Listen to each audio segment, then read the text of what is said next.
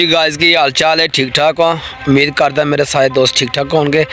तो एक बार फिर मैं थोड़ी खिदमत च हाज़र होया जनाब एक नई वीडियो लैके। असी आए मशीन लैके इत्थे परसरूर दा इलाका है ते मंडी थ्रो ते नाल एक पिंड कोट विरका एक होर पिंड है जी, ਉਹਦਾ नाम मैनू आंदा कौन नहीं। तो हुण 9 बज गए ने सरकार तो अजे तक कोई बंदा बुंदा नहीं आया कोई कटाई वास्ते। धुंध पैनी शुरू हो गई है तो जनाब मेहरबानी करके वीडियो पूरी वाच कराया करो, अंत तक वेखिया करो यार। वाच टाइम मेरा पूरा करा दो सरकार, थोड़े भरावां दी हैल्प की लोड़ है सानू, कोई नेकी करो साडे ते यार। इस जगह च बस मखाना मूंजी बहुत लगी होंदी है। मैं उत्ते मशीन चढ़दा तो चढ़ के सुन मैं विखाना सरकार इत्थे मूंजी तो वाकई बड़ी होंदी है। लो जनाब मेरे पिछे तुम वेख रहे हो कोई प्यालियां वड्डियां गई ने 09 लगी हुई सी 86 लगी हुई 86 मैं लगती 09 लगती इतने ज़्यादा। तो मेरे पिछे तुम वेख रहे हो माशाल्लाह मूंजी खलोती हुई है।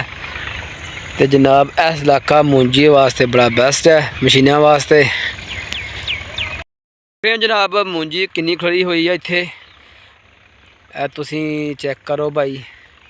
तो भाई वीडियो पूरी वाच कराया करो, देखा करो, चैनल सब्सक्राइब लाइक शेयर और कमेंट भी प्यारा कर दिया करो यार। वीडियो कहीं लगी है 4-5 साल हो गए ना वीडियो बना थक गया यार। हूँ तो कुछ साहस कर करो इंसान का, थोड़ी भरावां दी हैल्प की लोड़ है सानू। लोगों स्टाला बीज छड़िया किसी ने सारी है अगली साइड ते तोड़ी मूंज खलोता है। हूँ अजे तक दरख्त आ रहे हैं नज़र नहीं आ रहा।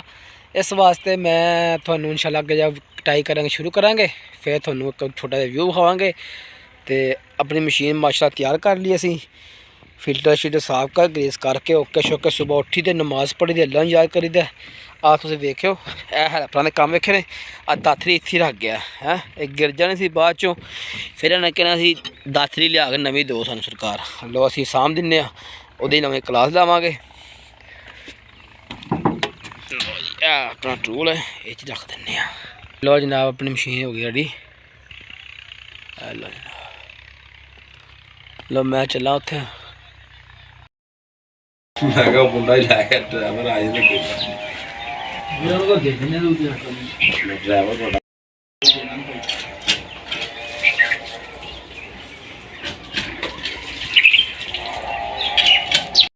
दिखा इधर जा दिखा मारे